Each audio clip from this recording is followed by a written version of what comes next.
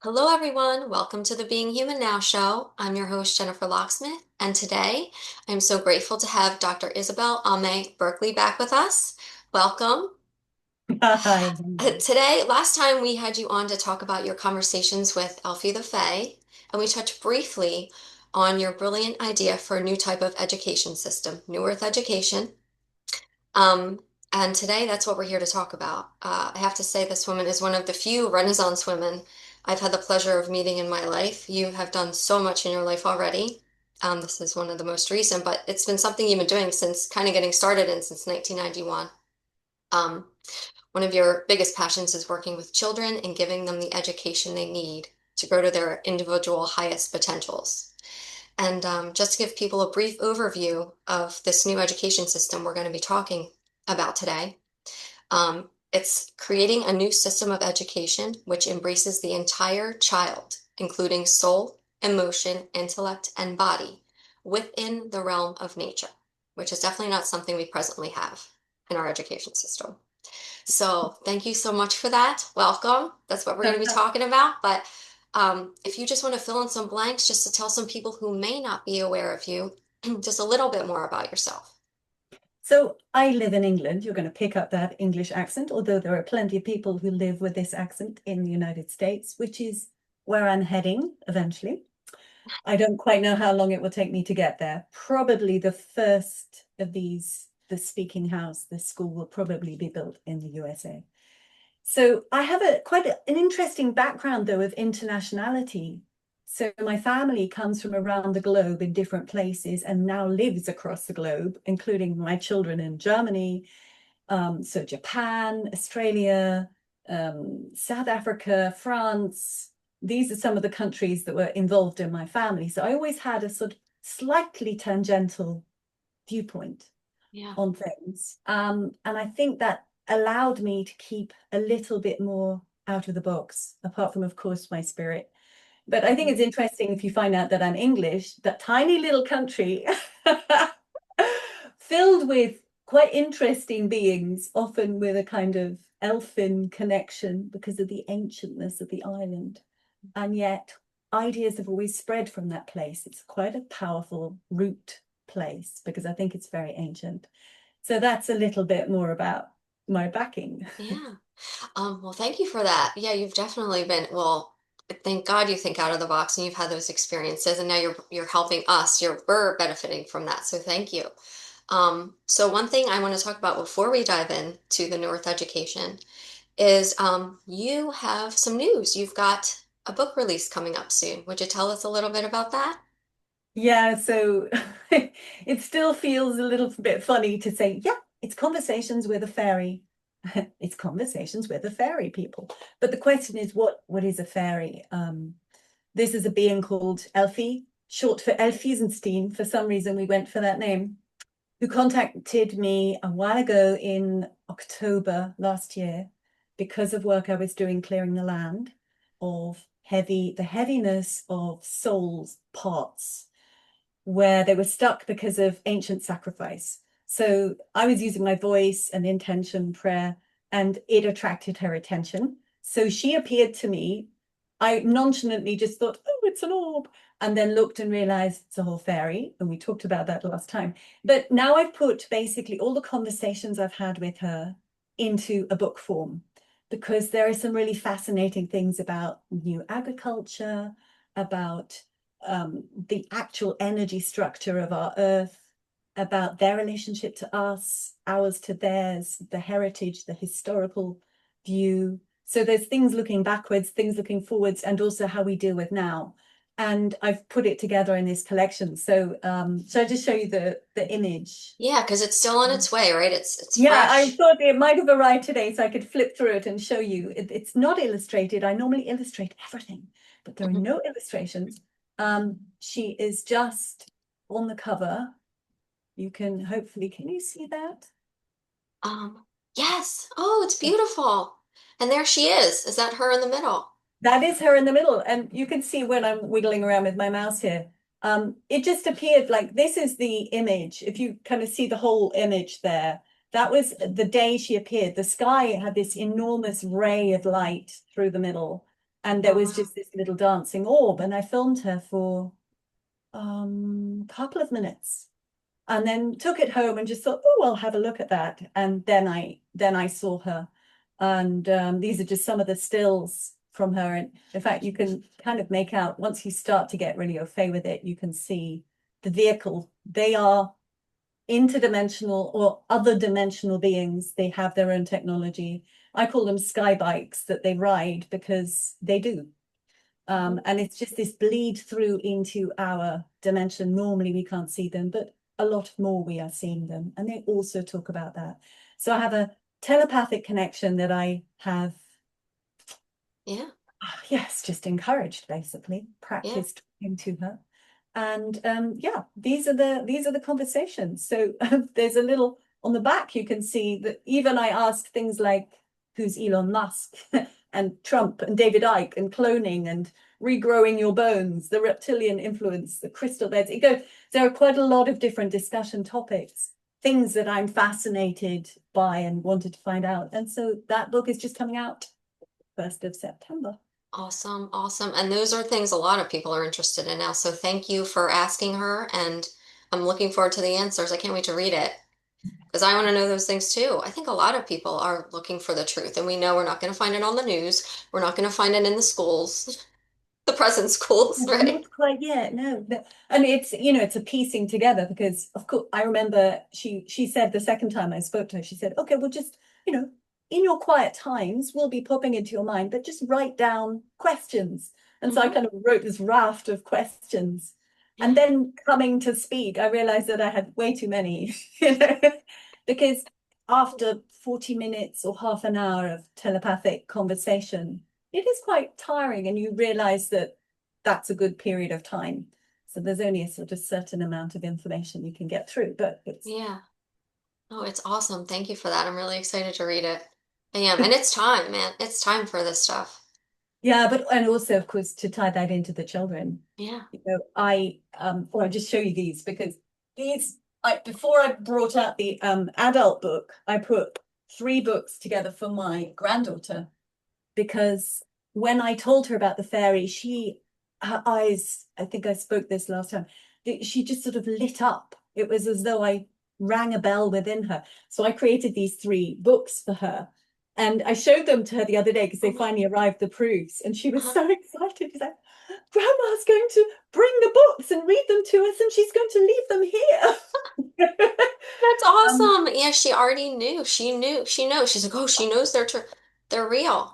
yeah. And that's the thing, that children have this access because of their purity Hmm. to to I'm so what we sorry, we honey. forget, Yes. and to allow those. It's about building bridges and remembrance paths.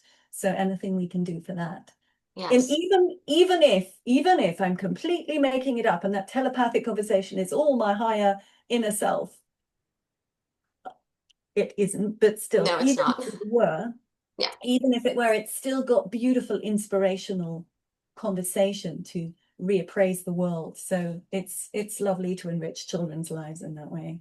Yes, definitely. Definitely. So, well, let's get talking about the New Earth education. And oh my goodness, I forget the name. The Speaking House. Yes. So, we've talked about the book. Yes. So I just want to dive right in and let's talk about first what inspired you, to even get started with this New Earth education, which ultimately is an idea for a school, the Speaking House. I mean, you're presently, a consultant for homeschooling. Um, but this really started kind of, I mean, you've had children of your own and you started studying past existing schools and education systems back in 1991. Yeah. Yeah, could It you was just tell us about your inspiration? a fantastic couple who my parents had met. I had seen them subsequently at a talk. Um, he's Swiss German, and she was no, Swiss Ecuadorian. She was Swiss German, and they met and they built a school in Ecuador called the Pestalozzi. And what they were looking for was a kind of inner freedom. They were looking for what I'm looking for. And they did so much of this foundational work that in Ecuador, land was relatively cheap. It was a warm climate. So it was easy to bring education to the environment to be outside. And they built a school where it was mostly autodidactic, using Montessori equipment, and this idea that the child has within them a pattern, like the nucleus of a cell, and it has a corresponding resonance with the knowledge on the outside world. So I found that a friend introduced me to it when I was, how old was I when I had my son? I was 21, yeah, a student. And it just rang all the bells. I was so excited. And I did what I could in that area and began organizing all my studies in landscape architecture and architecture, but organizing them according to expanding that knowledge of what could a place of education be, what is participation, what is true involvement, what is empowered, free, directed from the inner being involvement and learning. So that kind of set the tone. And then I had two other children. So I got my three beautiful children, and always attempting to create this enriched environment. It's interesting that my life as a mother was truncated like a guillotine. My children were stolen from me by their father. And that's kind of, sometimes these tragedies are very powerful, horrendous, but almost what it did was I had my own beautiful vision of goodness and expansion and soul connection thrown back at me as though it was the worst thing you could do. And I saw my beloved children being taken off into an environment of constriction, control, the white sugar, the white bread, the gray clothes, that world, the entire opposite of mine. So everything I did became even more kind of focused into this. I had an international singing career briefly, but I took the music and became instead a singing teacher, because understanding that would free up the emotional body of the soul.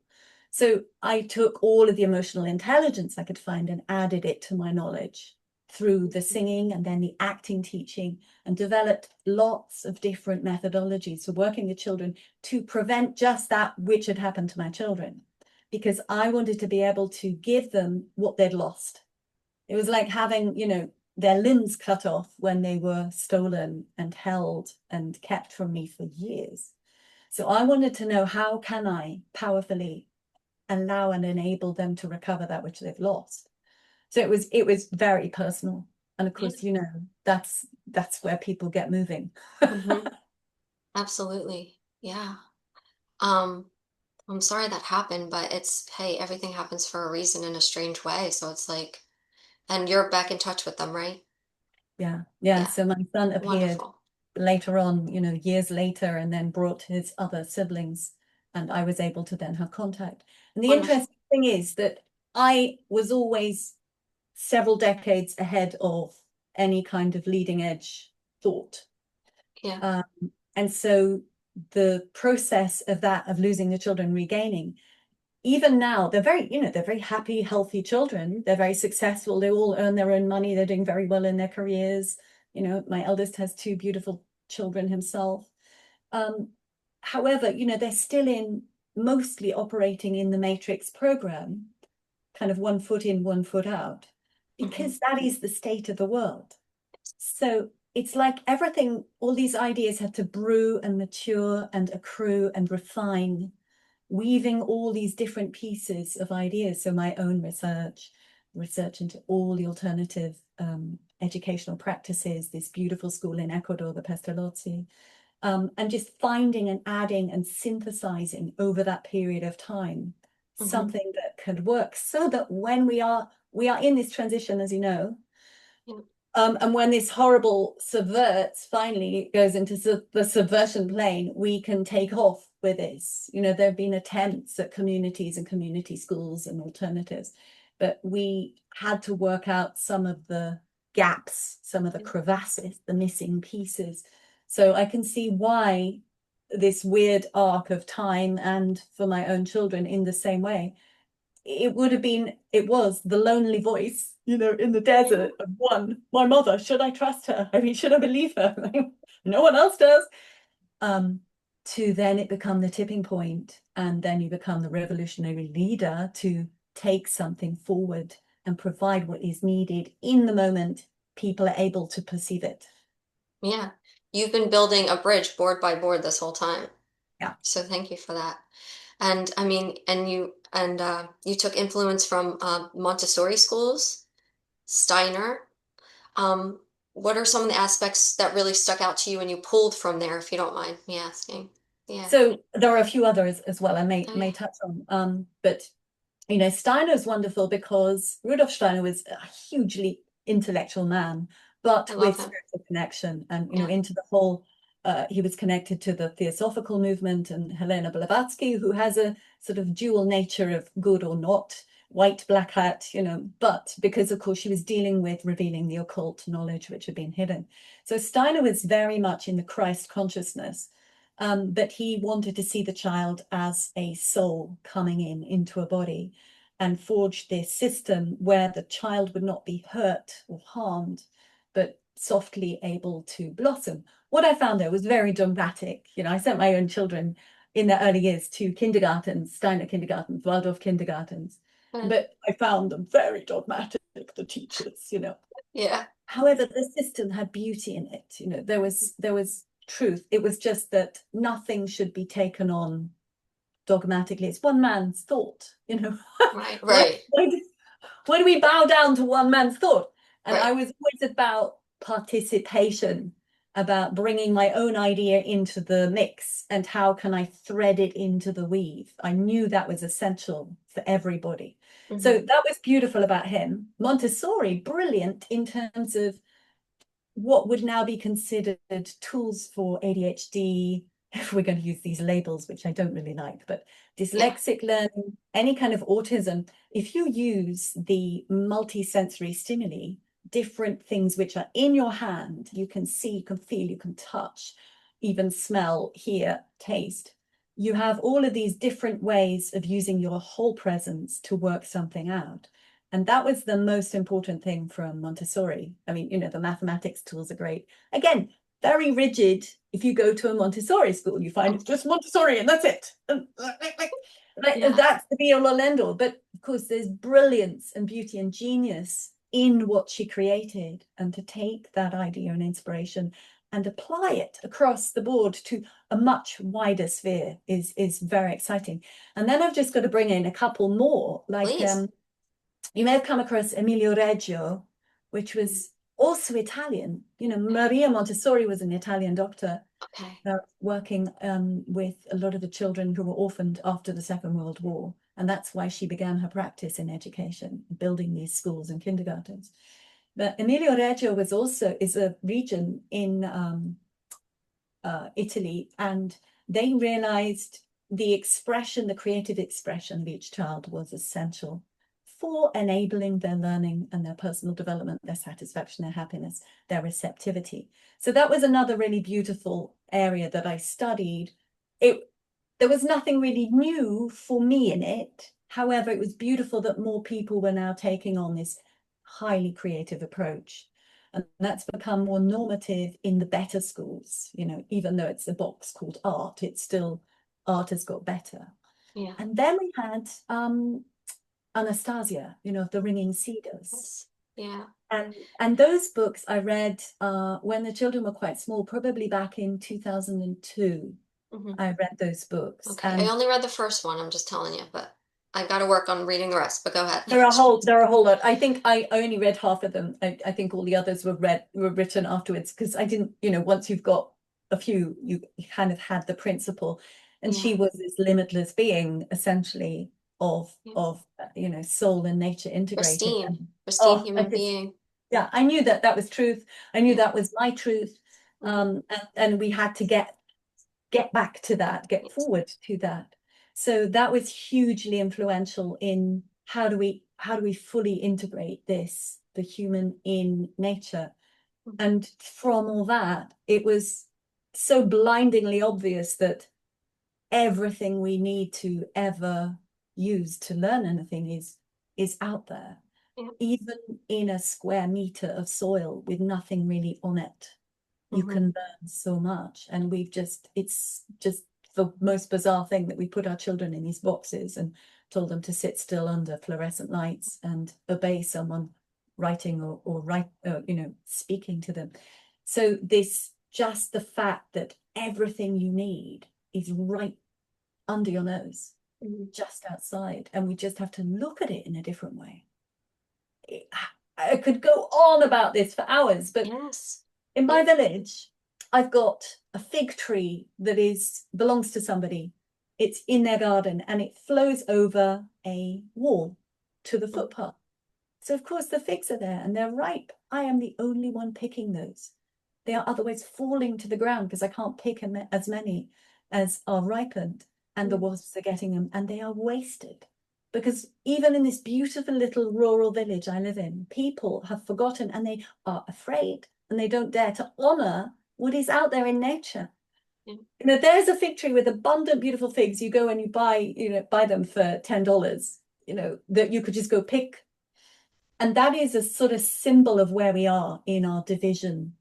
And so this just very simple shift to integration. And the other piece I could add is the movement of the forest schools. So that started really because of Anastasia, because of also another guy, Jens Jensen, who had the Clearing, the School of the Soil in Wisconsin, beautiful place to go visit, which was all about honoring hand craftsmanship and real physical labor, the interaction of human with the elements of nature, building, constructing, maintaining buildings and agriculture, and beautiful places. So there were these movements, and the forest school and the Finnish school system of taking children outside is wonderful. However, they still don't go far enough because, yes, they have lessons outside, but they still have this traditional linear mindset. And I kind of love to talk through some processes of how all of those that I've just mentioned, from Steiner to Montessori to etc., can be shifted if we just start to think differently. There's so many things I could talk about. I wonder whether I should maybe just share my screen just for a moment, just to show the kind of multiplicity, because I'm putting it as you encouraged me, with your encouragement, and also some other beings I speak to put it into a book. Yeah, because So it's I've so written rich. books. So rich and so much amazing work you've done and information and yeah.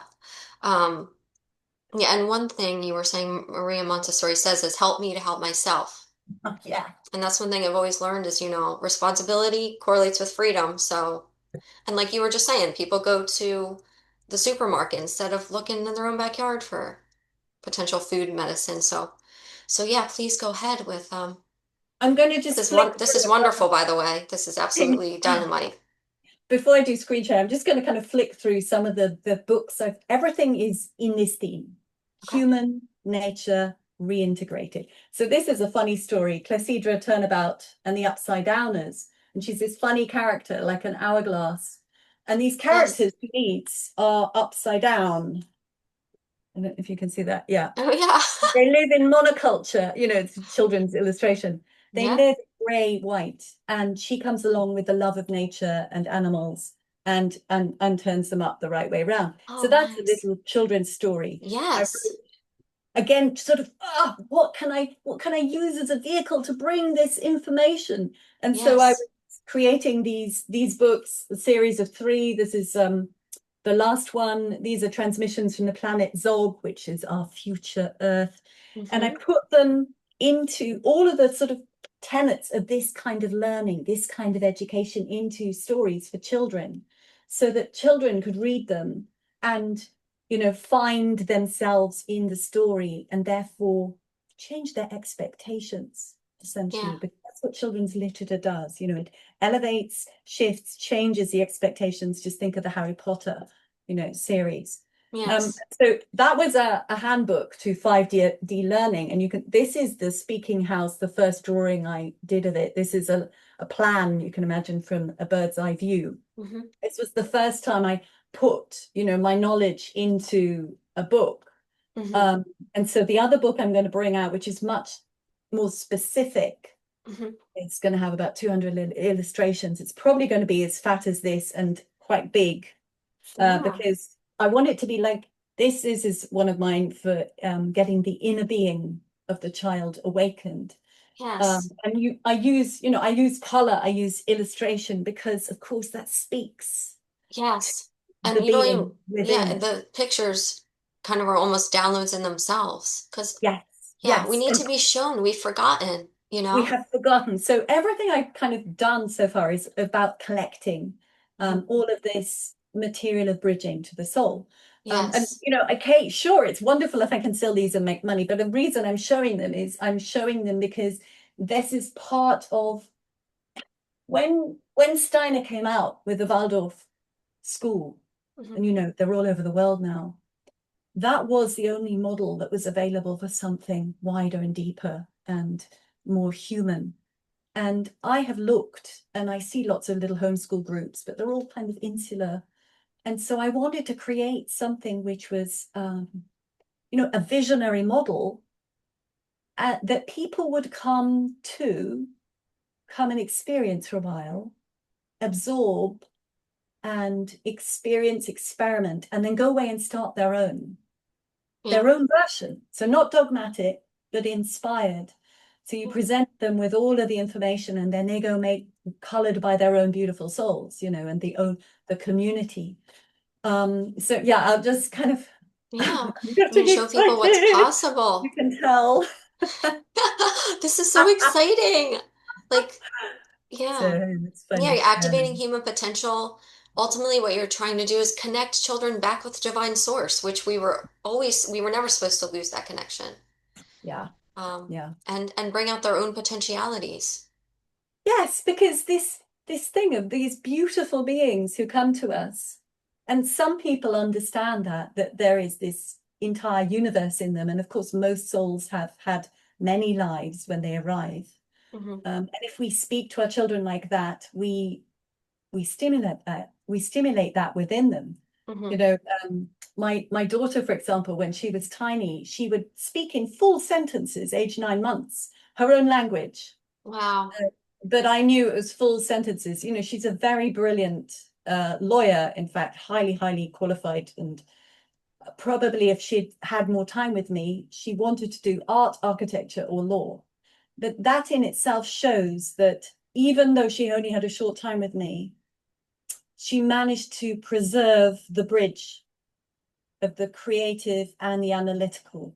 So, of course, law is all about absorbing what is in the world right now and pulling it and analyzing it and dissecting it and presenting it in another way that's appropriate. Hmm. Whereas art and architecture is that inventive, creative, Yes. all receiving. But it's that is what we have to do with our children, see them as these whole beings of both the potentiality of, yes, absorption of what is around, discernment of what is around, all of the knowledge, and Yeah. then this other extraordinary thing of accessing the soul. And I teach that in lots of different ways. Now, I'm just throwing this up because this is, Yes. this is me sorting out a series of illustrations that I'm going to be using in the book. Hmm. What shall I click on first? I think I'm going to And click click on on this. what you're meant to. I have faith in that. I know that's true. If it opens, it should open. And its screen Yeah, share, you it talk might about be more stiff. Ah, there we go. humans, Okay. human soul technology is reconnecting with the design source field. Those are your words. And you've Yes. also said we haven't treasured the intuitive knowing of the soul, but that's activating our human potential through this. Yeah.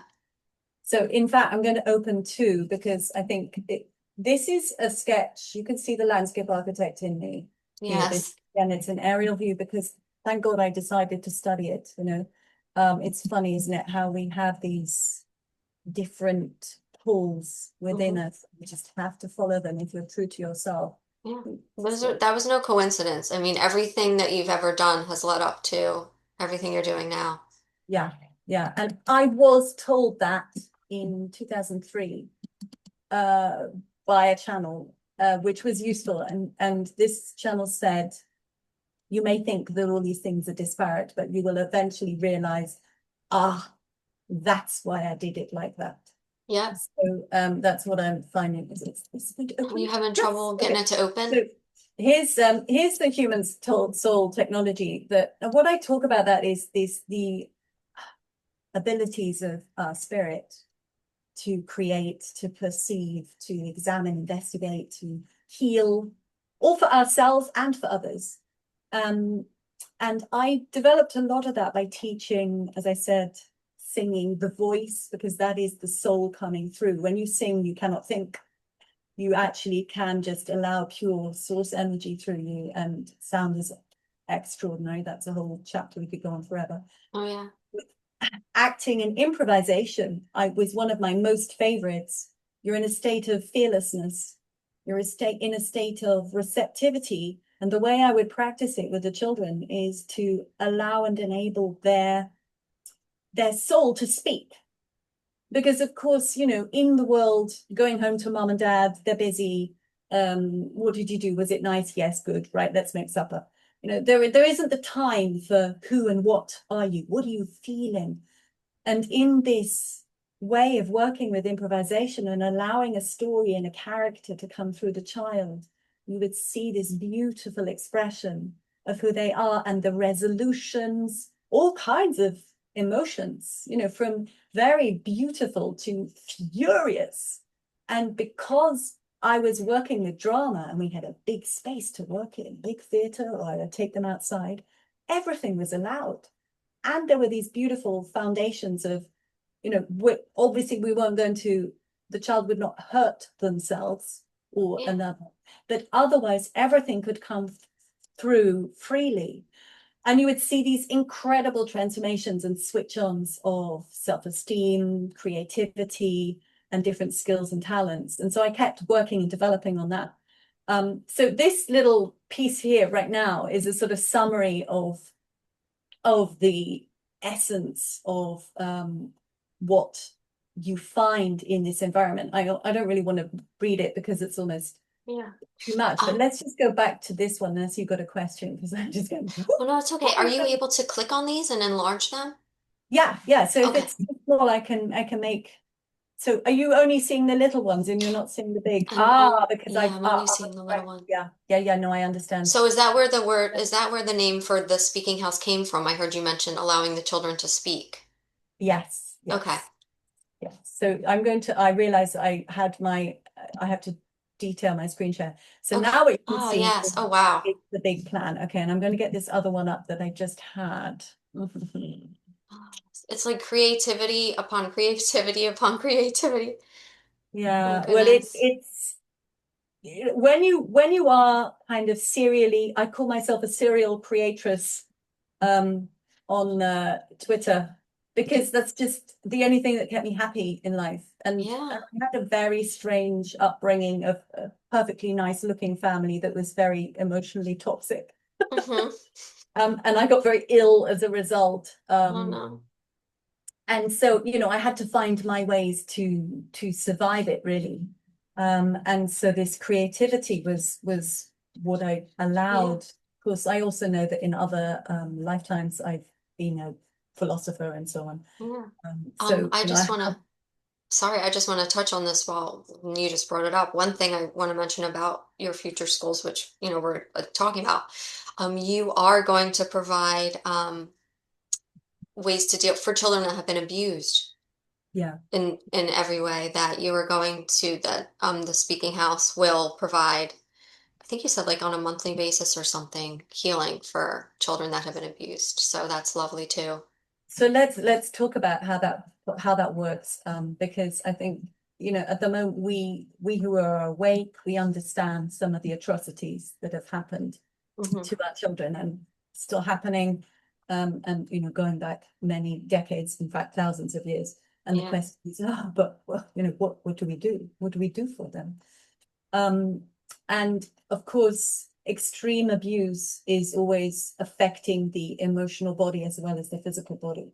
Hmm. And all of the emotions get stuck into the physical body. So you have to allow that very constricted, restricted, suppressed person the possibility to slowly open up and release. Mm-hmm. The energy that's been impacted and festering needs to be allowed to softly or violently release. It depends, depends on what is necessary, and there has to be an environment to hold that. So as this is an entire system of education that I'm talking about, let's see if I can phrase this, because it's like multi-levels. I'm trying to work out how to describe Oh it yeah. in a linear form here.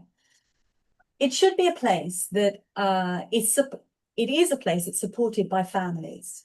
Mm-hmm. So let's just go for a typical, which doesn't exist very much anymore, but your nuclear family, father, mother, child. Now, in this case, you would have father who is an expert in certain fields, something that he loves passionately, does something brilliantly. Same with mother. And you have 24 families like that. They come.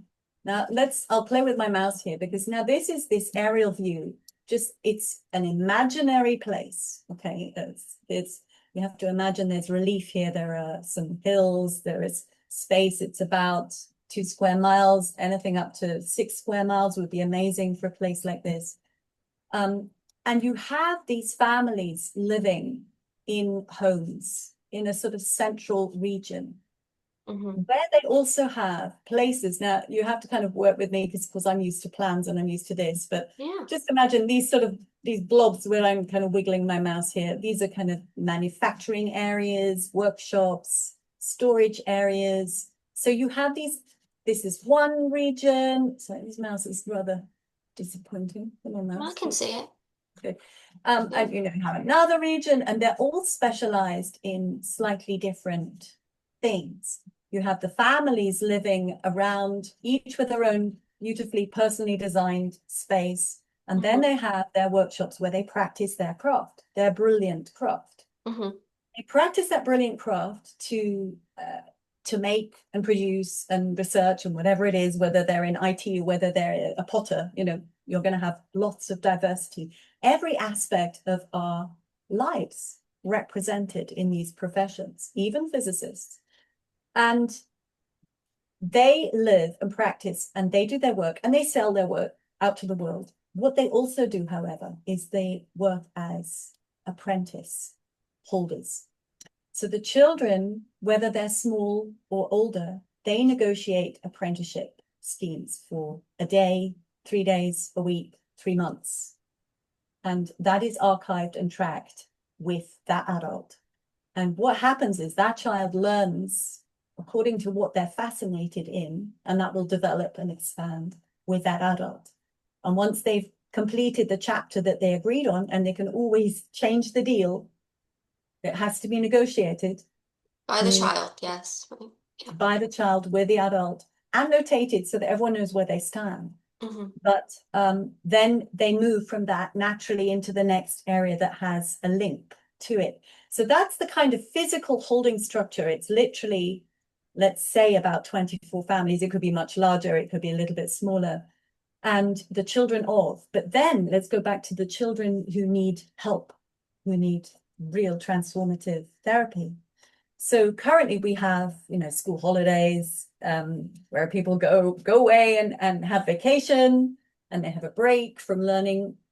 Children wouldn't really want to have a break from this kind of learning, because it's so exciting and so thrilling and self-directive. However, there would be times where there's a break from structure. And this place then becomes a holding place for visitors. So visitors for healing would be when the other children are not there, Mm-hmm. so that there is a very careful holding space. And the adults, these are not your usual parents. These are really specialized adults, and not everyone working there would have to have their own children there and be part of the family. Mm-hmm. But people who understand their craft and understand the emotional intelligence. And within this system, there are so many different opportunities for that internal aggravation, constriction, pain, torture to be allowed space to naturally surface. And if anyone's read any of the Kathy O'Brien books, where she talks about, writing it out, And that was her preferred method. I have, for my own traumas, when no, I could have killed myself for losing my children because it was that horrendous. It wasn't just pain to me, it was the pain, fury at what was happening to them. But of course, I was never going to do that. So I developed all my methods, and it wasn't just writing it out, it was dancing it out, it was singing, it was composing, it was painting, it was drawing, it was making. So there are many, many, many ways. I've practiced on myself that way, and I've practiced with children with various different disturbances.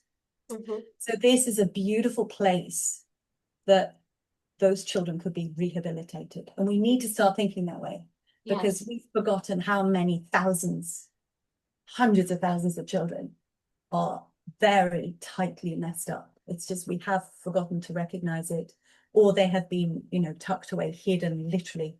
So we must start thinking that way. So that's the more extreme side.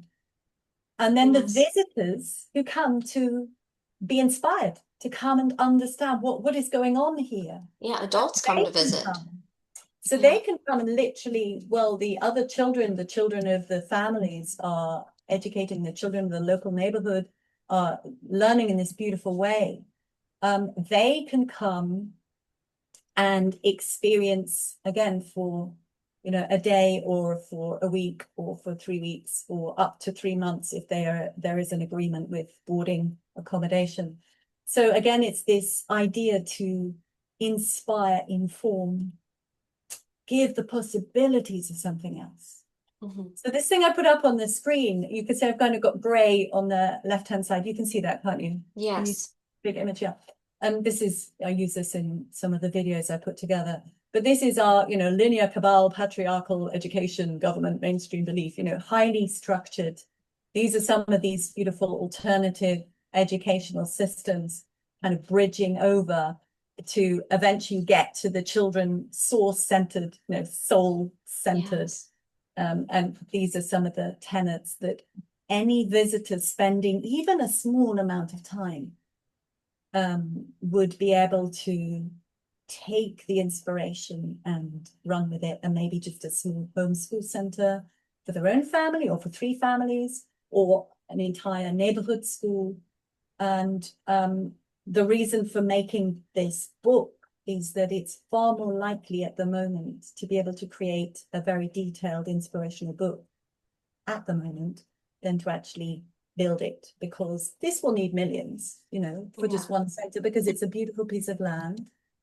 It Mm-hmm. needs to have a real thoughtful architecture. Yeah. It needs to have participation by all the people, and the people themselves, the adults living there. They need to be comfortable in themselves to to run that, to say, yeah, I'm now ready. I'm ready to step out in this manner, to not only honor myself and my loves and my passions, but I feel I have now got to that clear space within my heart and soul, that I've healed enough of myself, that I can now also hold others and be a kind of guiding light. It's not about teaching everyone all they know. It's about inspiring and working. And the kind of learning is experiential play, experimental learning. So indirect contact with stuff. Yes. So Yeah. Yeah. You talk about setting up the environment for the children, but then also just getting outside more. Um, yeah, so I mean, yeah, let me pick that one up, because what's she talking about? What's she talking about? To open this first. I can't. yeah, you Let's getting listen them to back in it. touch with creator's expansive, not entrapping. So you've got, instead of all this holding down like the system we have now, it's just expanding out in so many ways. Yeah. Yeah, and this is why it's a little bit tricky to speak about it, because there's so many levels I'm trying to kind of Well, this is a great example right here translate. of I just so that we show you this teaching one. people how to do children how to do dye extraction. My goodness, that's so cool. Yes. So this is a really wonderful basic example. This is there's a fabulous woman, she's Danish, I think. And I took some of her slides that she has on Instagram as a marvelous way of illustrating. So this is considered, goldenrod is considered a weed, okay? Mm-hmm. That it grows in the States, it grows in Europe. But if you take it and you use a certain kind of process, this is using coffee filters to Yeah. extract the color from it, you then have a dye. So that's So cool. cool. Yeah. However, of course, there are so many layers to that, depending on your age, your experience, your depth, your wish for knowledge. You might just want to have some yellow paint to play with. Mm-hmm. You might want to go into the chemistry and look into the entire, let's see if I can get some other ones here. The idea of what is a dye, what does it need, what is involved when you make a dye. So you're going into chemistry, you're going into biology, you're going into agriculture because of growing the stuff. You just end up going into layers and layers of information and research from looking at a weed. Now, if you start growing the weeds, and that's where we go back to, oh, I feel like I need three of me speaking at the same time. If we go back to one of these, golly, I don't know if I can find it now. My picture. Okay, this one should do. It's not perfect, but it'll do. So if we go into, yeah. So this is just a piece of that. Ooh, Yeah. a So this piece of is an that area. diagram. Mm-hmm. Yeah, it's just a little corner. If you, the picture I showed you before, and this is an aerial view, and it's just about having produce beds. So there are vegetables, there are herbs, vegetables for food for everyone on the site. Yes. Herbs for medicine and for scent for everyone on the site. You can make perfumes, you can do experiments in cosmetics, you can do experiments with cleaning products, you can do experiments with healing quantities. And depending on who you've apprenticed yourself to and what direction you want to go in, you can go very, very, very deep. You could go beyond university level at this place if you want at the age of 12. Mm-hmm. If you want, you Yeah. could become an expert perfumer because you've got all the materials and you've got someone who enables you to do the chemistry, Yeah. to do the investigation. So this thing of children playing is completely in this ethos. The parents, the adults, let's say, not the parents in this case, the adults are not left out because that's what they're doing too. You know, they've recovered and understood that play, experimentation, joy is what makes them tick, and their work is reflected or reflects that. And now they're facilitating that in the children. And so these different areas, you know, animals, Yeah. just think of livestock, holding livestock, beautiful. Yeah, you can go horse riding, you can have horse therapy. You've got manure. What do you do with the manure? You put it on the beds. Mm-hmm. Do you study that? Yes, you can. You Yeah. can look at how soil is made up. You can actually just end up digging samples of soil and finding out what metals and minerals are in the soil. You can become a very deep chemist by Yeah. working in this way. And if you're a 4-year-old and you're interested in soil, that also can work because the person who is the potter who collects the clays for their work in the ceramic workshop Yeah. will have piles of different kinds of soils there for their work.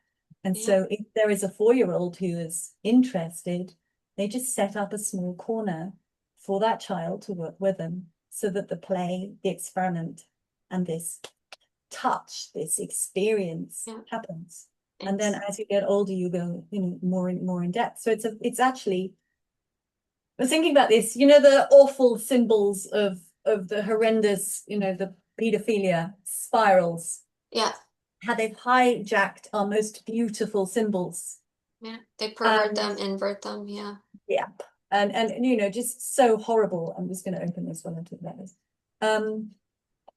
That really this kind of learning, natural learning, which is soul directed, which is experimental, which is aided and supported by adults, it is spiral. It's a spiral movement because you are constantly expanding as you add knowledge. Sort of experiment here, add knowledge, experiment here. Each experiment takes you out further from the starting point. So we have a spiral, and that is what true learning really is. I define lots of different kinds of learning. We could go on and on. I must shut up and let you ask me some No, questions. no, But, please. I want you to um, talk. You're doing beautifully. You're doing such a beautiful job of explaining this super rich topic. I mean, thank you. yeah, thank you. Because right now you see, like you've said, like, the play stops at 6. That's it. Yeah, They want kids to sit down, shut up, and just repeat and get into a box and do the standardized testing and answer the same question, the same as everybody else. It's it's even it's earlier not now, helpful. Jennifer. In England, it used to be 6. You went to school at 6.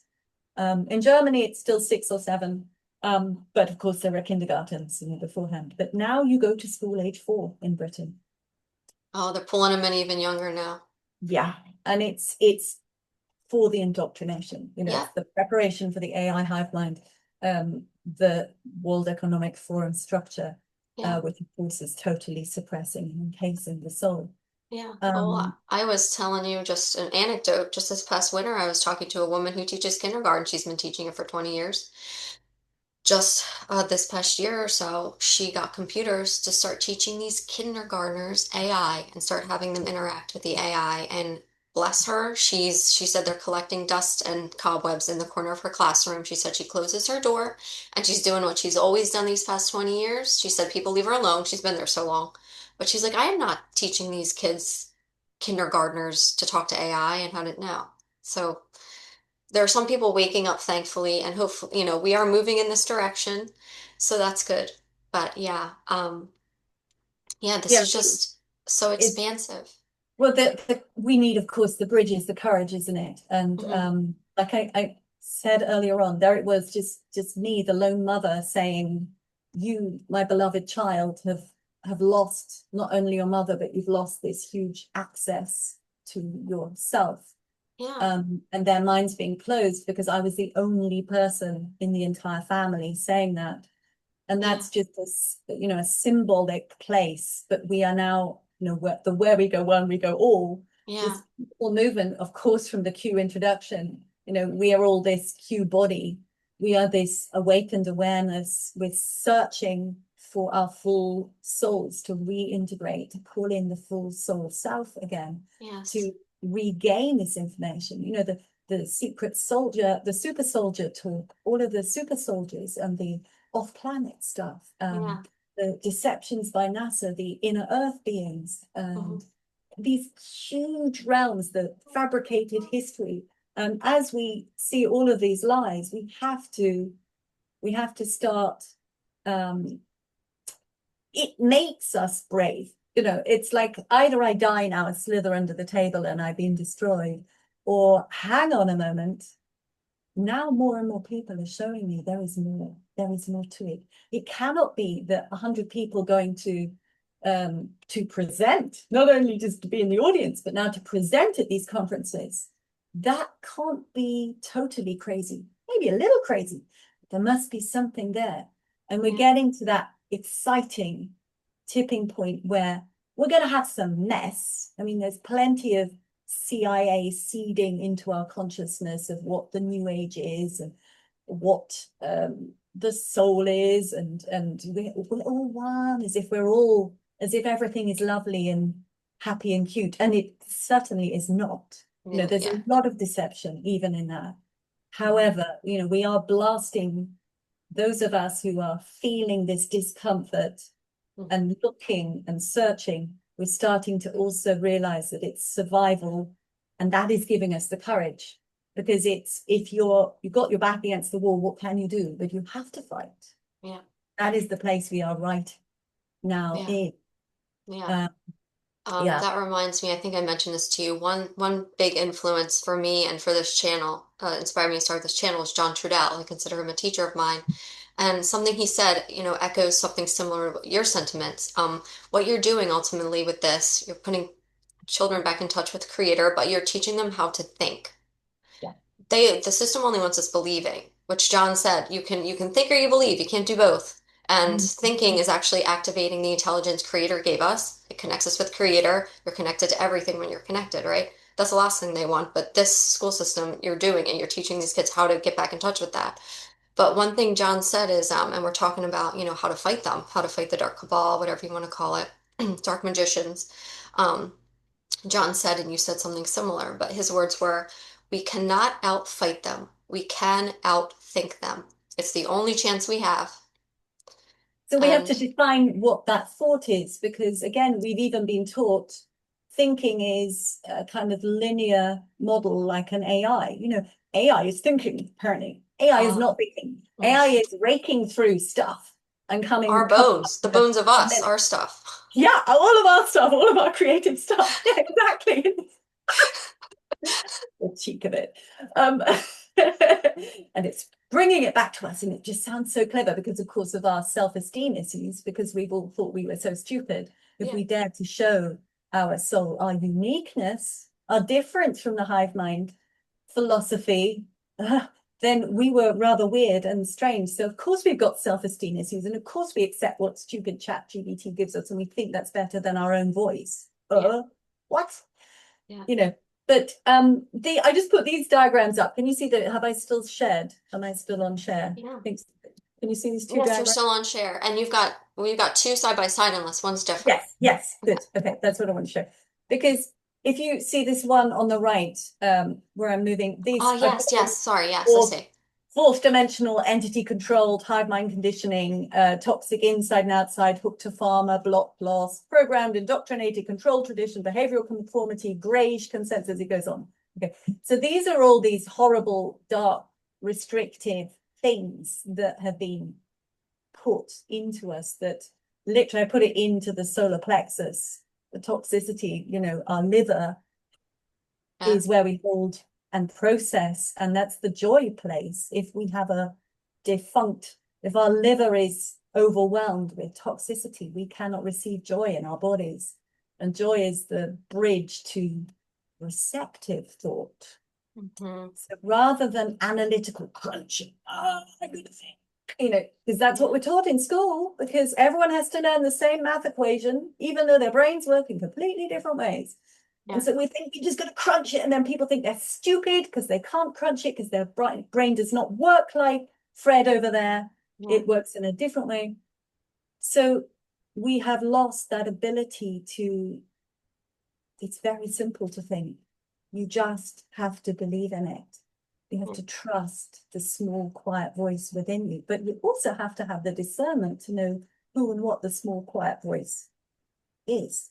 And Hmm. if it feels light and good and joyful, if it's soft and warm, and you can feel when love is in your heart, it feels warm and expanded and safe and beautiful, and different parts of your body start to buzz. I teach that to children. I say, take your attention to your middle finger. And they say, what? What are you talking about? Yeah, I said, just think into your middle finger. Oh, what's happening? It's buzzing. Yes. And then we go around their body and make different parts of their body buzz so that they're aware of the sensations, because they have lost the ability to know if they're thirsty or not, or if their body has goosebumps or is feeling true awareness. So we have to remind that and what it feels to feel good. And then the thought is the easy part, because it's an infinite source field. Yeah. And our souls are, I tried to find ways of demonstrating here and there. So these diagrams are sort of, cute little ways of showing that we're more, of course, which is more than the little child in the middle, as we know. Some of us have had many, many incarnations, not just as human beings, all kinds of other things, Mhm. it's ancient. Some of Yes. us not so much, but mostly we are in a kind of soul family of sorts that is enormous. And all the experience that we can tap into, we call it the Akashic Records, Hmm. but we only think certain, healers and weird people can connect to it, and it's very difficult. And it's not. Well, it's our It's right. It's about, our birthright. so, this place with the idea of an incredibly rich, structured, natural I use the word natural because what I mean is where nature can expand and be rich, it will be highly worked. Rocks and stones and plants will be moved, watercourses will be moved, buildings will be put. So it's semi-natural, but working in integrity, in harmonious partnership with the elements of nature. Yeah. In a place like that, where the adults have emotional intelligence and responsibility for self, therefore can allow and radiate and model that for our children.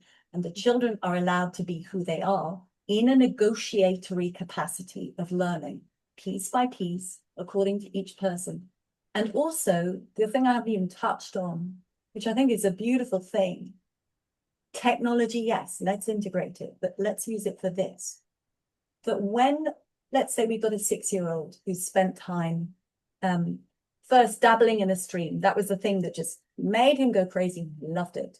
Then he started mushing around with leaves and sticks. And then he realized it was making colors. So then he got an apprenticeship with the painter and they on site, and they started to make dyes, natural ones with mordants in different intensities. They painted on different structures, and they then got to the chemistry, to the actual chemical composition. And then that child then left that painter and went on to work with the potter and used natural soils to do the same process. Okay, so that's a 6-year-old could do that. Yeah. That's incredibly diverse, rich learning. And when we have that kind of natural steering, the adults, who do you get at the end of a process like this? You get someone who is joyful, who has unfolded the pockets of their soul, their natural innate structure, who is able to process ancestral healing, anything from a past life that wasn't quite sorted out, is inspirational for new children coming because they are happy and centered. They are then in the receiving state where the ideas from the greatest source field come through them, and they have the freedom because of a structure which is designed to, it's not just free for all, but it is freedom because it's responsible negotiatory freedom. You make a negotiation. If you can't hold to it, you renegotiate. So that's where this personal responsibility comes up. And you get these incredible adults. And I knew that it was possible from myself, my process, the work with the children I taught. I knew it was possible because of my children. And I also knew it was possible because of that fabulous school in Ecuador. Because those children who went to that school never did an exam. But they would go, some of them decided to go to university. So I thought that was interesting. Yeah. These universities opened their doors for them because these children had presence. They were shiny, bright people with thought processes and personal responsibility and the ability and the natural love to encourage and support. I remember watching my son, who was 7, and this is before they were on the verge of being stolen, but I still had some access. So it was a very strange time. And I watched him be a football coach for 3 and 4-year-olds. Now, a 7-year-old can be very selfish in this world that we know, the sort of the normal world. This beautiful boy, I mean, he has a lovely soul, but just watching him, he was enjoying himself. He did what he wanted to do with the football, with the game. And he was so kind the way he spoke to these different children to help them be better. The other team, he helped the other team be better. Because isn't it fun when both sides get goals? And I remember watching that moment and just thinking, this is the proof, where there is harmonious communication from soul into the body. And it's perfectly possible. It hasn't been because we've had to defy the external structures. We as adults, we've had to get clean with our own emotions, with our own paths, with our own loves, and get free from that system. But enough of us are breaking out of it that we can very shortly be putting these places into existence. And I really do see them, setting up around the world as a kind of point of inspiration, and then expanding it, not in a dogmatic way, but in an expansive way, to kind of bring it to just bring the concept of what a whole soul going through life is, and be in Yeah. a family too. You know, you would stay in your family, you would have the benefit, and the mother could be with the children, and the father could be with the children, not all the time, not every day, but you know, this separation mentality that we got so very extreme, we wouldn't have it anymore, you know. Yeah. Yeah. I mean, they separate the children, the middle-aged, and then even the elders into nursing homes. We're not supposed to be. We're supposed to be all together learning from each other. The 91-year-old and the 1-year-old have a lot in common. They're both missing teeth or diapers. Like, you know. Do you know what, I got so carried away when I was talking about the children that I forgot to talk about the information that I wanted to say. Yeah. And I've got the wrong slide really for that, but just leave all these little tiny pictures. It's so much to talk about. I don't know quite where to go with all the pictures. Yeah. Well, this is so big. I mean, there's just so much. It's just so rich. I just keep I saying have that. I have a It's, diagram somewhere, but I'm not sure if I'm going to find it right now. So let me just say, yeah. the plan is also that through computer technology that we do allow to work for us, not the other Oh, way around, which we're doing now. hmm. There can be cameras. Oh, like CCTV. There can be cameras in these spaces filming what we do, where the child has the veto over that. Was that a good experiment? Yeah. No, let's do it again. You know, chuck that one. Um, and those experiments and the play, the experiences that each child has, they actually document them, whether they are just 5 years old or whether they're 19, in different formats, of course, appropriate to their ability and age, but in their own archive, they could see everything they've done. Love that. And in this, oh, so much needs to know where. And they Okay. can show others. Hey, look what I did today. Hey, look, I wrote a Yeah. song today. You want to hear it? Here it So is. I know you said you would love to do a kind of walkthrough, but I know I'm Mhm. just sort of like trying to get the whole plan through.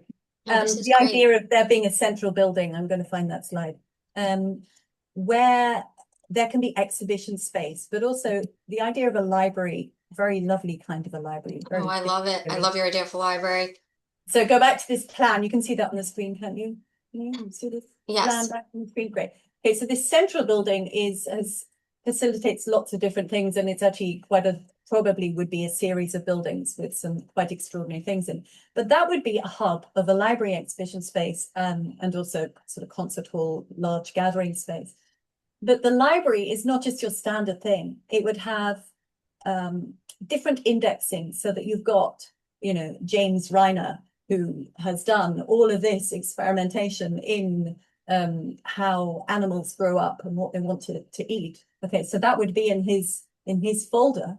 But if you want to find out how to feed a rabbit that you just found on the field and you got very excited about it, and you put that into the library search, you get James Reiner's work that he's studied and done, and you get everyone else's on that region. So everyone who experiences a place like this speaking house, this kind of school, their own discoveries go into that system. Their experiments go into the system because they are, again, it's this personal responsibility thing.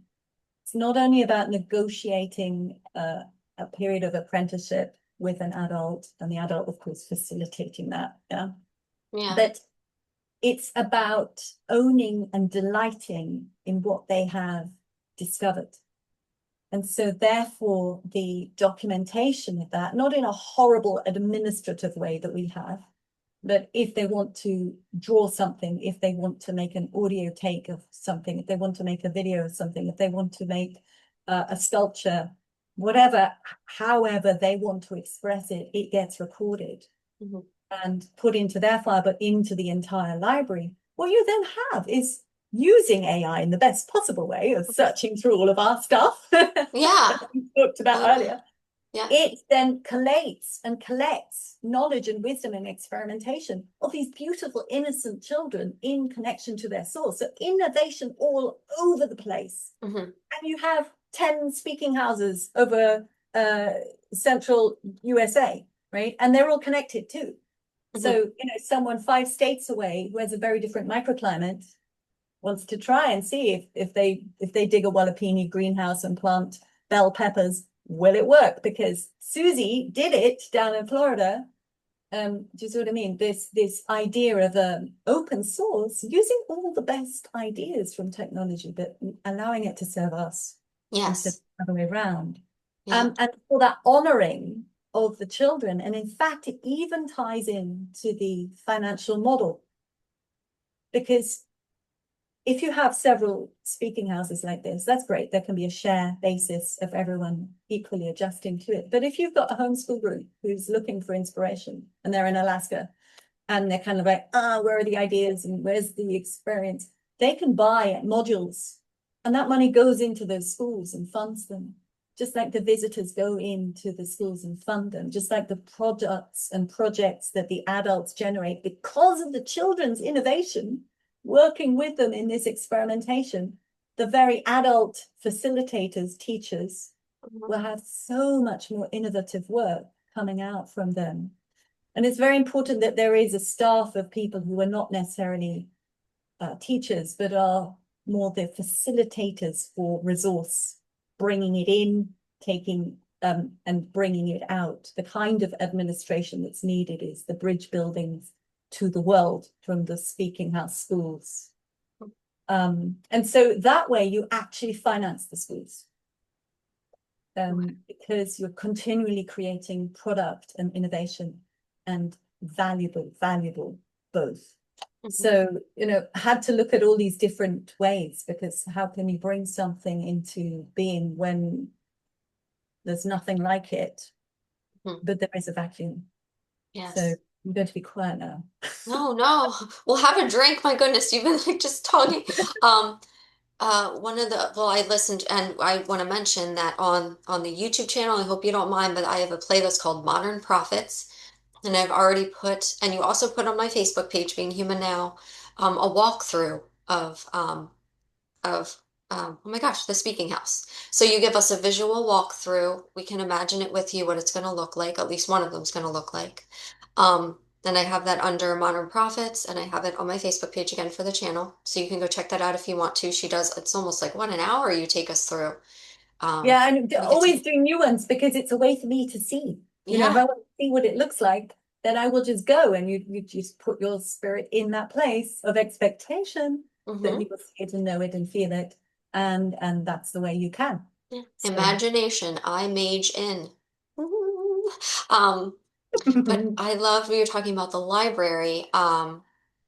You were saying how like exhibitions can come in so children can see different art will be brought in, and then also something about like the walls.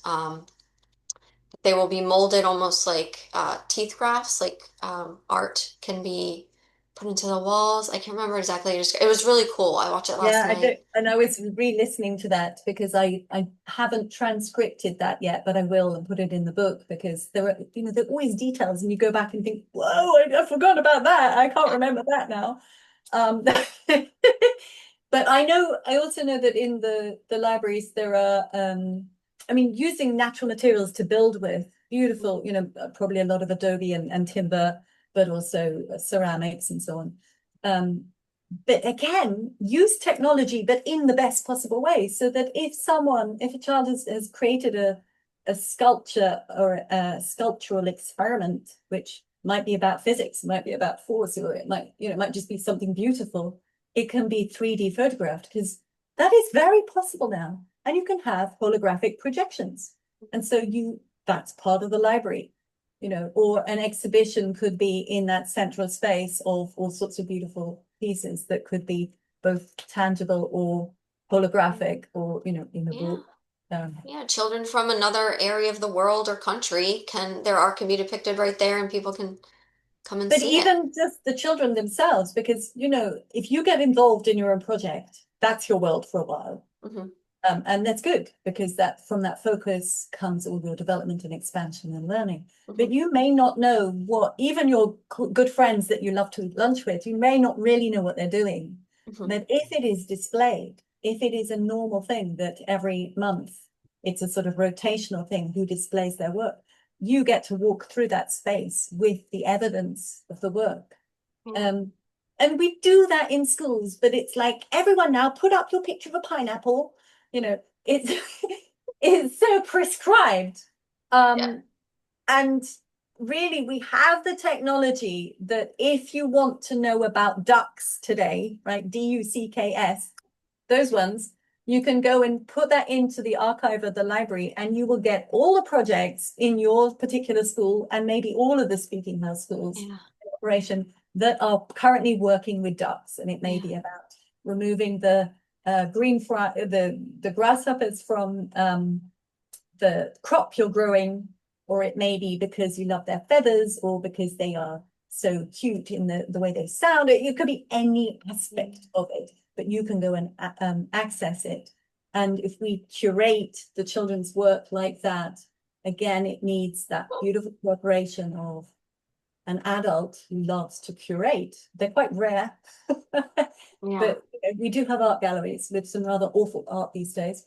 But if there is this process of taking something a child has made, whether they are, 3 or 18, just about child, and presenting it, that's a beautiful thing. And anyone seeing it may or may not be, but has the potential to be affected by it and inspired by it. Mhm. And Yeah. because this work is, it comes from the free-flowing spiritual energy Yeah. through the entire mass of the being that we have, all these layers of physical, mental, emotional. Yeah. It has resonance to it. Mhm. You can go to a bookshop and there's only one book you'll want to take home with you, or buy and take home with you. There's only one book in that shop has the purity of resonance you're looking for. Yeah. But in a place like this, there's going to be a lot that's very inspirational. So just think of the exponential growth.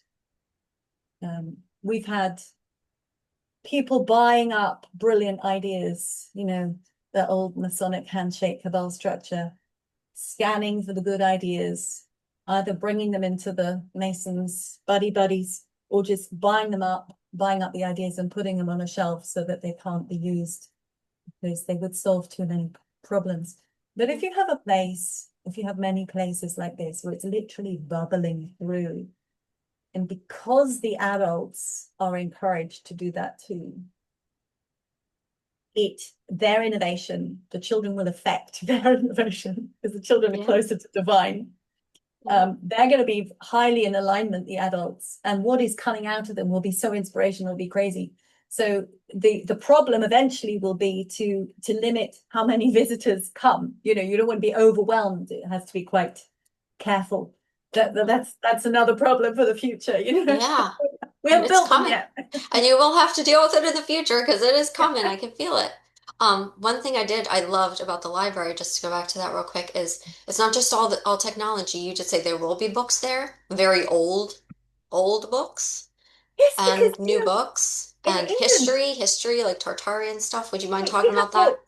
We have books in beautiful National Trust houses, these big houses that you can buy a ticket and go and look around. But their libraries are full of glorious old leather-bound things that no one can touch. No one goes in there. Maybe if you make an appointment and 3 months later you're allowed to come because you're a scholar and you're researching that area. But we have all this stuff we're not allowed to touch.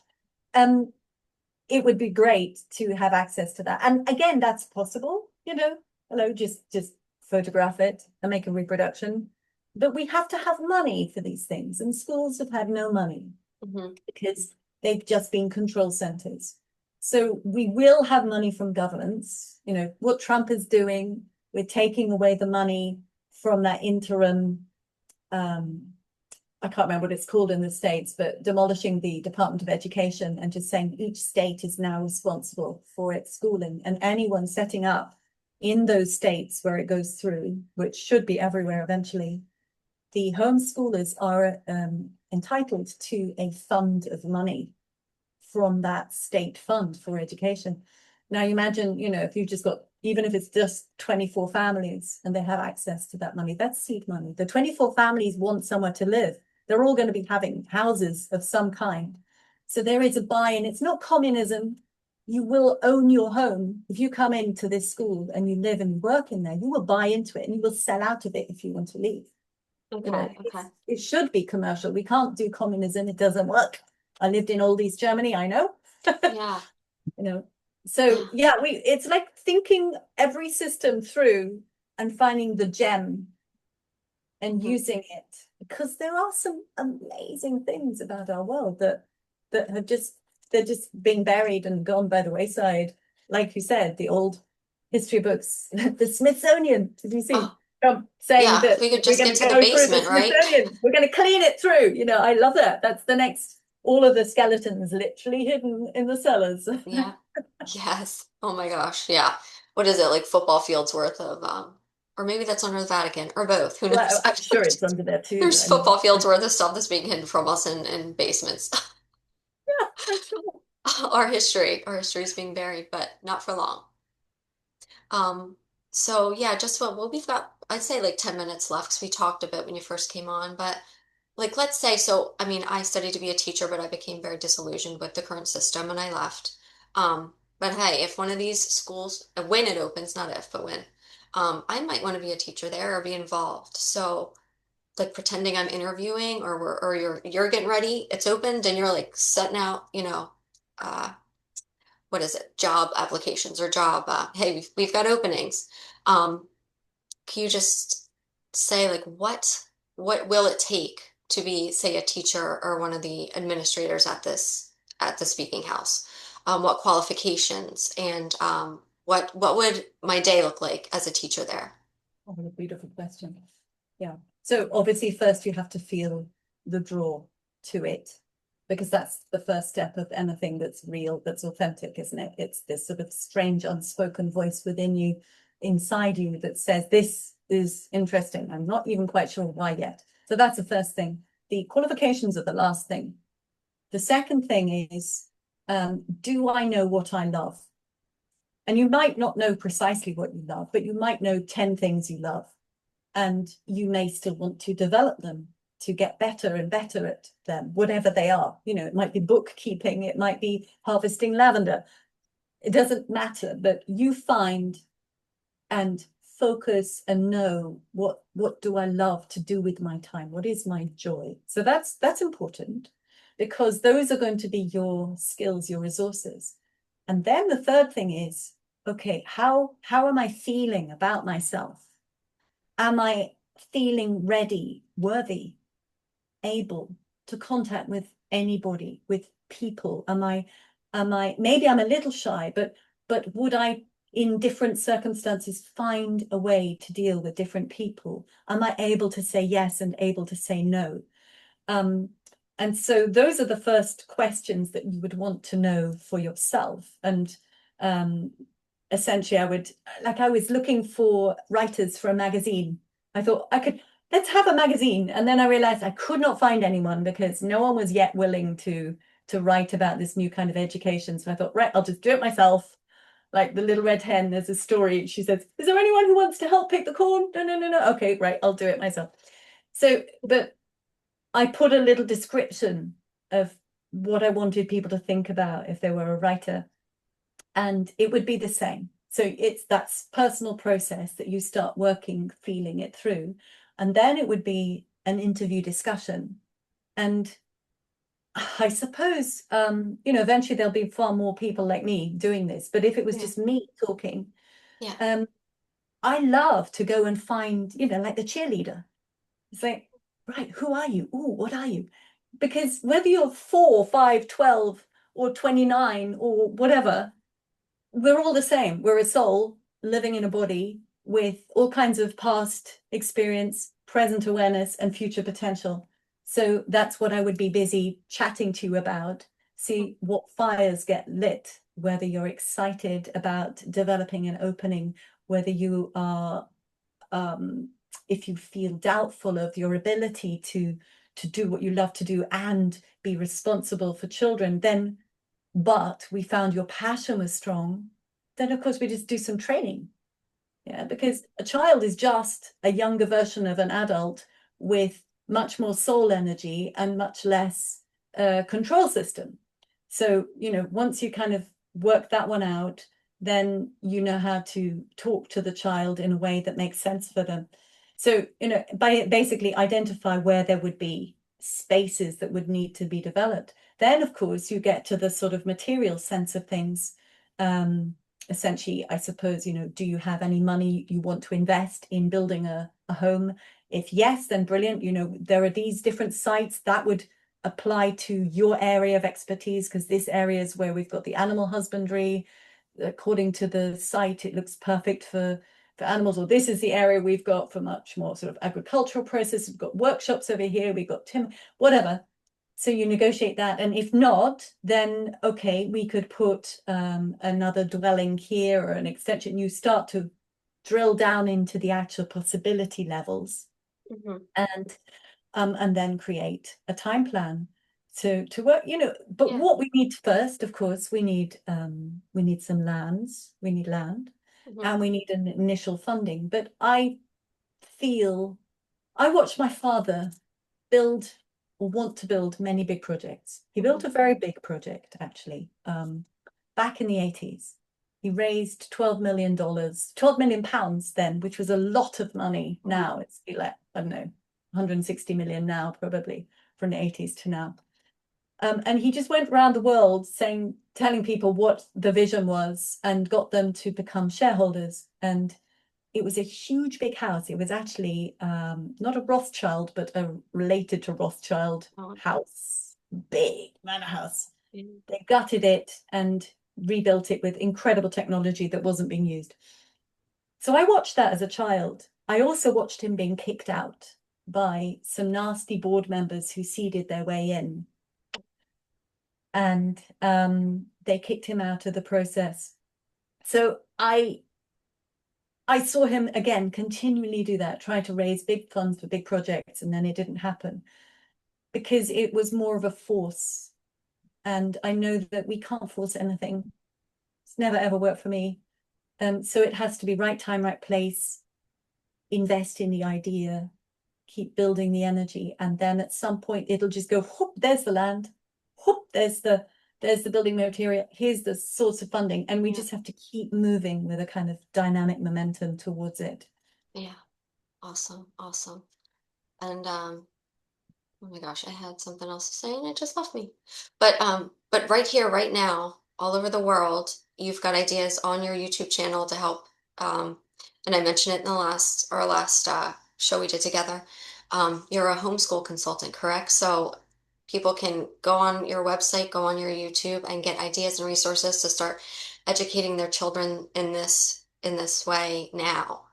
Yeah, I'm Is doing from home in the too. next couple of weeks. I'm going to work with a school in Uganda Nice. who are doing quite, for them, it's quite radical project, but it really working with very disadvantaged children. There are so many groups of these schools. And currently they do a very rigid structure, most of these schools too. Another friend of mine was working with schools in golly, Kenya and somewhere else too. Um, but I'm just going to do a workshop with 5 of their children just to get their imaginations going of who they see themselves to be in their future, which is actually what's in my Transmissions from the Planet Zog books.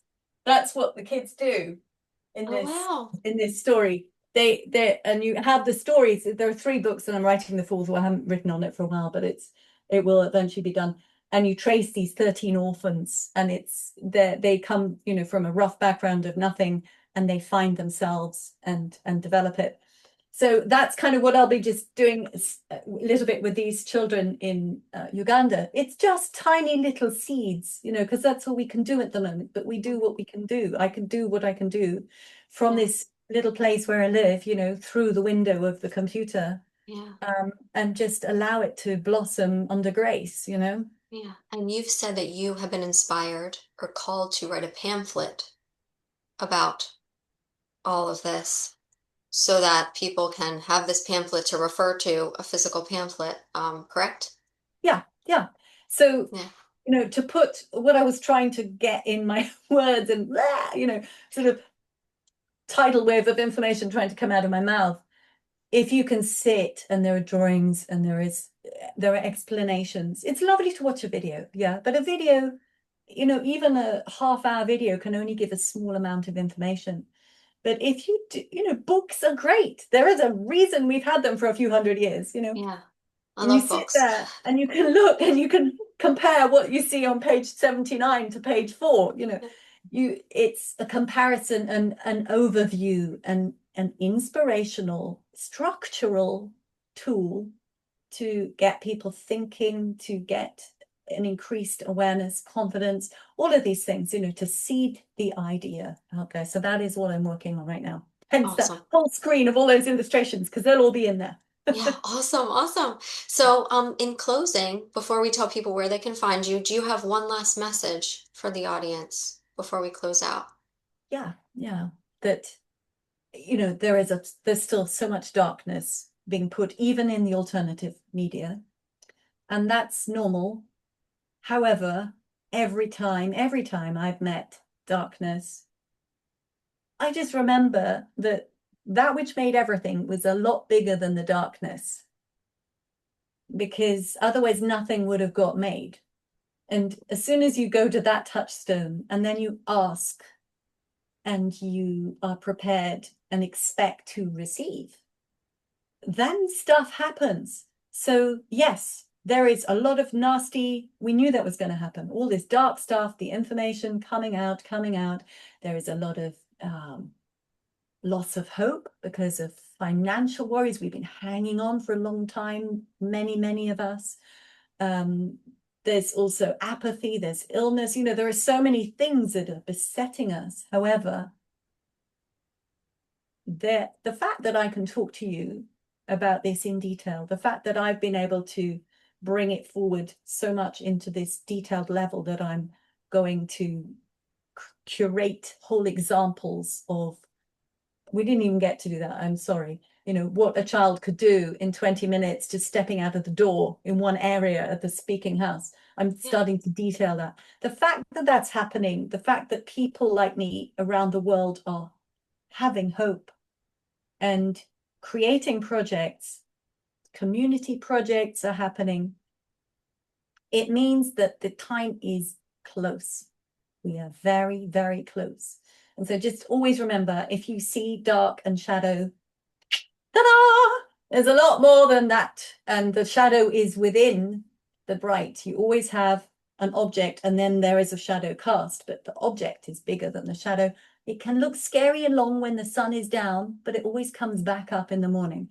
So we just got to put it into perspective. It's always we're going to get through this. Yes, yes.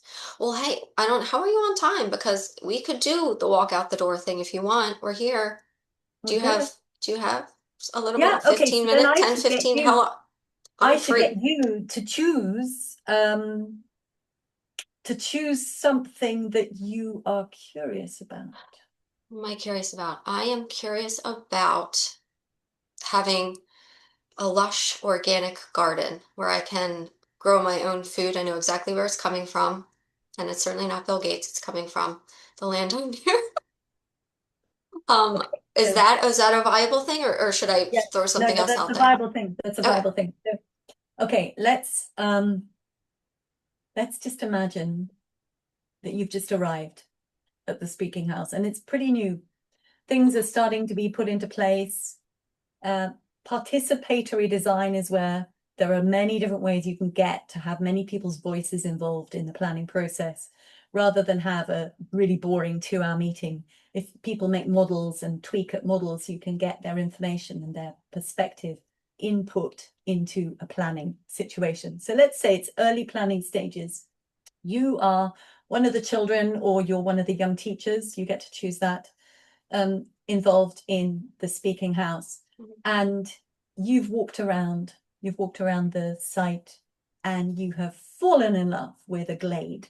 There is this little glade on the top of a hill and you just think it's magical and beautiful. And you're not quite sure whether you should disturb it and do something about it or not and just leave that as one of the woodland glade areas. So you've got so many options. you can just go ahead and put your idea forward, and it's designated, yes, that's going to be where the vegetable garden will be made and grown, and then you'll get people to help you make it.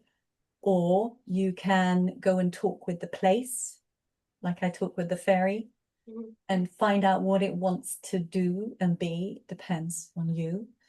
And then once you've got that clear of what the place wants for itself, or what its potential is, then you take that to the group and say, look, I've got this receiving about the place. I think we should use this for this and this and this.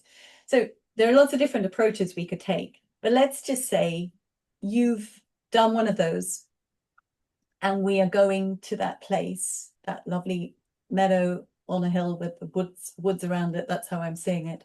Yeah, And we're going to um, make your garden. Now, what do you think you need?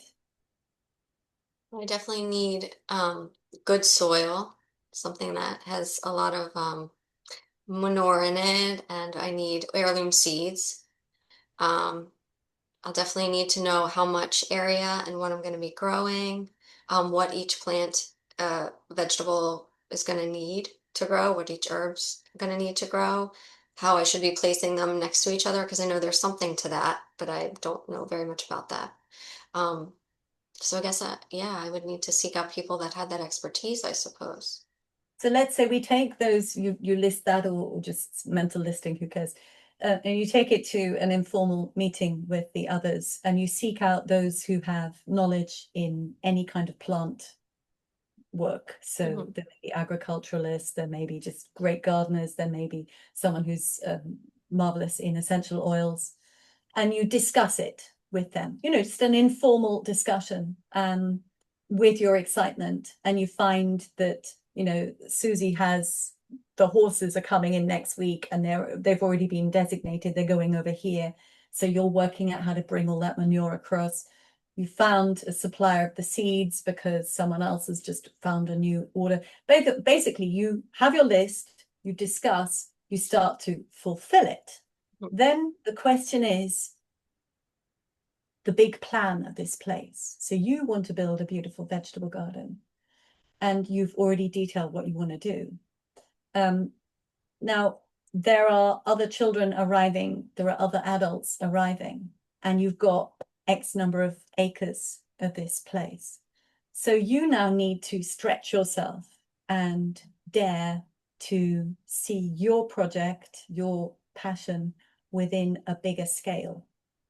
If it was expanded, what else might be included? So you have to start dreaming and start imagining. It's not just the child that does it. Yeah.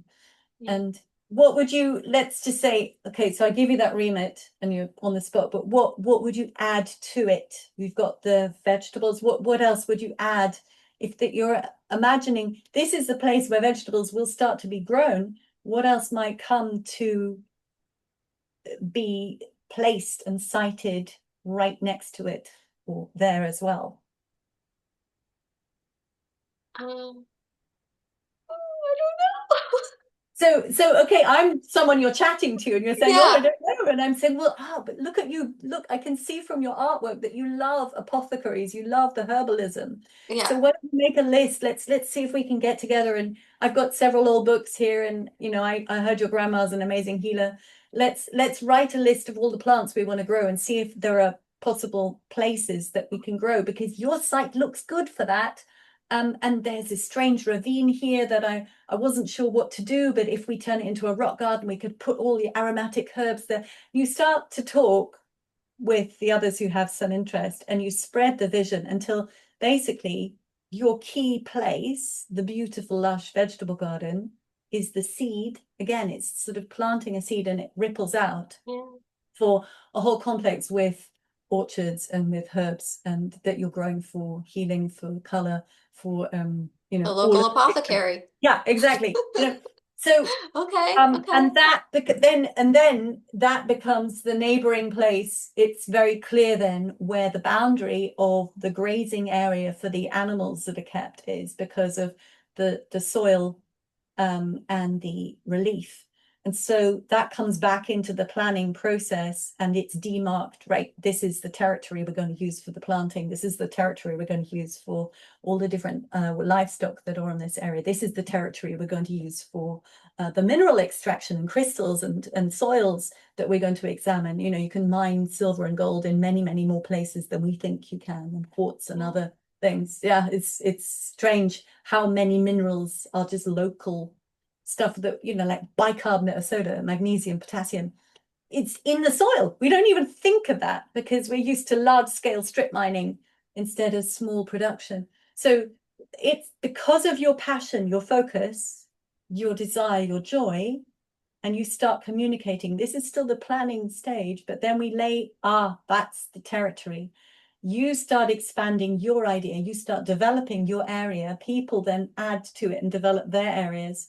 And it has to be done by, yes, negotiation and clarity and demarcation.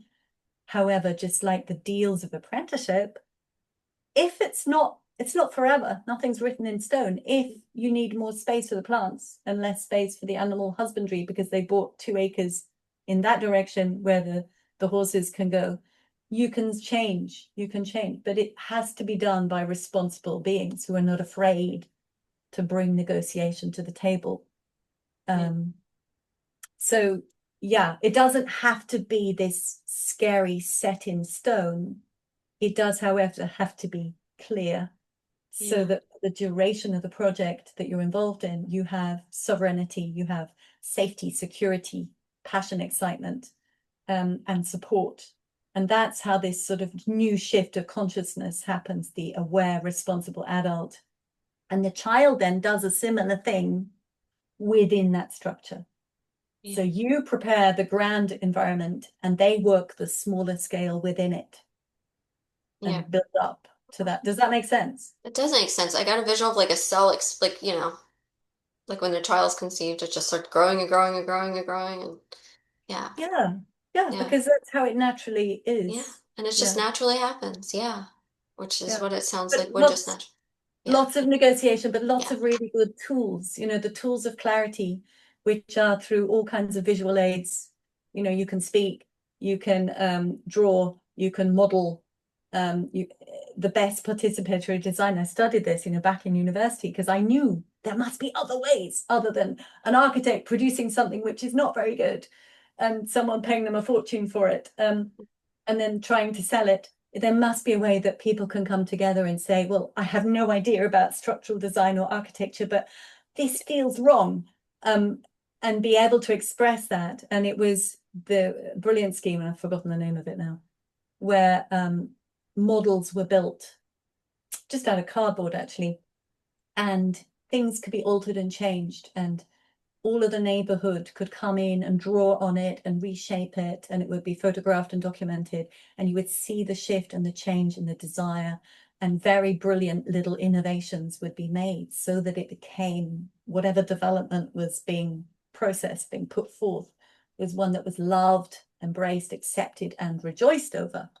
So there are these ways of doing things. It's just we don't do them in our world because we sit back in front of the TV and let the experts, so-called, do it. But we know now we cannot let the politicians do it. We cannot let the so-called educators do it because they're programming us in their agenda.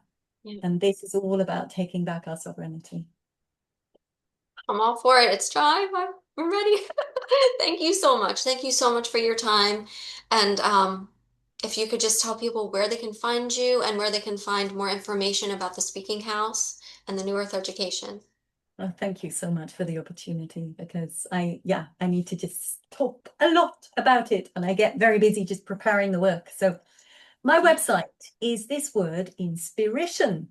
So inspiration, in not inspiration. So awkward. People say, why are you choosing a word that no one knows about? Well, sometimes we remember the quirky. So it Yeah. has the word spirit in it. It's the 3 W's, inspiration.biz. And Okay. it's a big website. It's handmade by me. I like it like that. Some people say, oh. You can just message me if you want to find something and you can't. Just email me. My email is all over the website.